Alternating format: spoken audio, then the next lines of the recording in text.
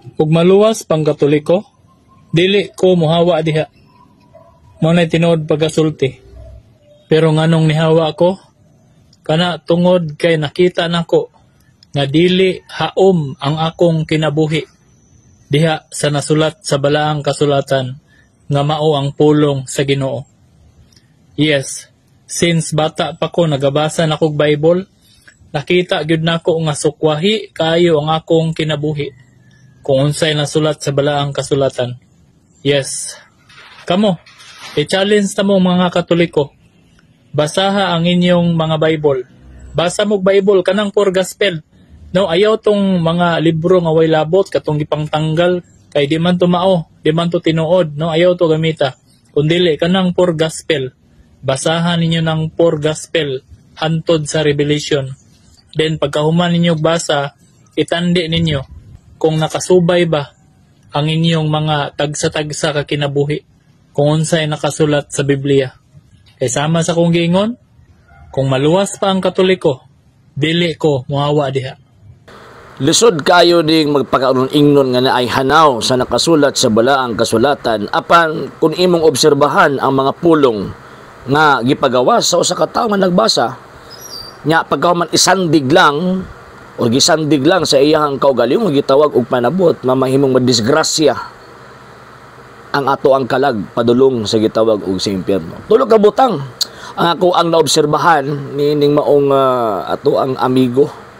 Ambot wala mo kabalog unsay pundok ining maong gitawag og gatawahan na. Tulo ka butang, number 1. Ingon pa niya nga kung dili pa daw, kung makaluwas pa daw ang Katoliko, brother. Kung makaluwas pa daw ang Katoliko or maluwas pa daw sa Katoliko, di na daw siya tawag ining nga muhawa. So, buti pasabot ang kabatuuran nagabasi kung unsang iyang feelings ug unsang iyang gitawag og panabot. Ang batos, pag-abot sa tumoy sa gitawag video, ingon siya nga, i-challenge na mo, basahan ninyo niya, pagkaman itandi. So, buti pasabot, makita nato nga ang truth, ang kamatuuran, nagabasi kung unsa ang iyang panabot.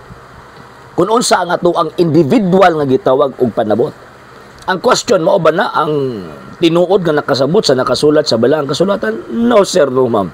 Nga naman, kaya ang kamatuuran, wala nagabasa sa ato ang feelings o sa ato ang kaugalingong panabot.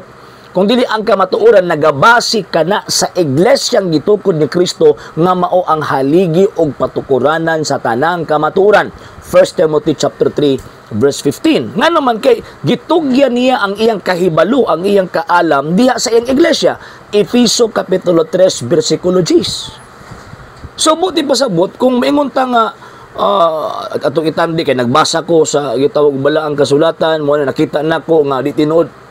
Dili na mo prinsipyo sa nakasulat sa balaang kasulatan o di na mo prinsipyo sa mga apostol o tanawa.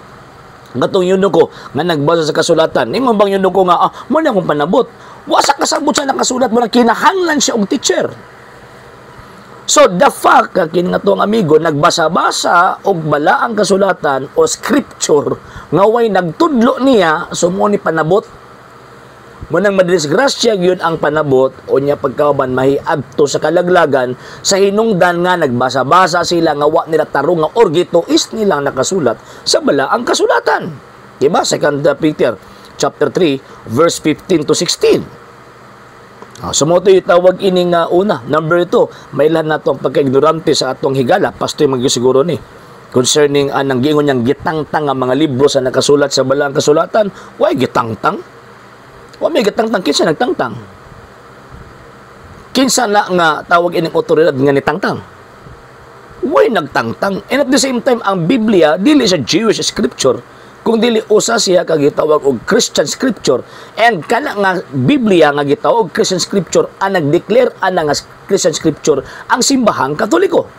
So, buti pasabot kung nagbit-bit ka og kanon sa Biblia or ihap sa libro sa balaang kasulatan, nga dili gani na ihap sa Iglesia Katolika, Apostolika, Romana. So therefore, dili na siya matawag na Christian Scripture.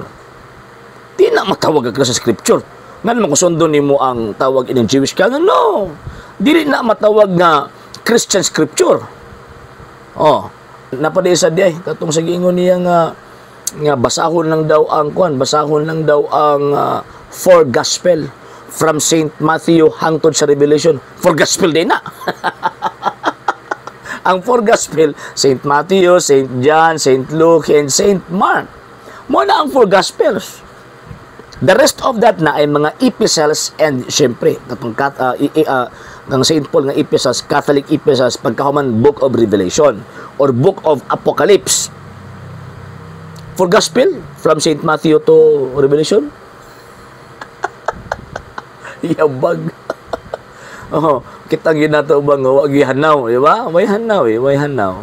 And lastly, last na gid ni mga sir ug mga ma'am. Tuingon niya nga basahan ninyo kay dili haom sa akong kinabi o sa atong gitawag kinabi. Kisa interpreter ikaw? Kisa tig-interpret sa balang kasulatan kamo? Naming sulpot lang after 16th century kini nga tong amigo siguro kini sektang iyang gipasakupan is 19th century na or 20th century. Kisa may muntuhan kamo? Kung kamo nga muntuhan sigurado gyud may impierno gyud imong kalag. Kung kining mga sulpot ang atuang tuuhan, sigurado matingkagol ang atong kalag padung sa impyerno. Ngano man, ning buto lang after 16th century nya magpaila nga siya nagbit-bit sa kamaturan. Kaya kung tinuod ning maong mga sulpot, kining maong sulpot nga ipangtukod og mga siak og ang mga membro ni halos tanan mga tagak. Kung tinuod ni sila, mahimong bakakon ang Ginoong Jesucristo. Nga naman, ingon si Kristo, ako mag-auban kaninyo kanunay hangtod sa katapusan sa kalibutan.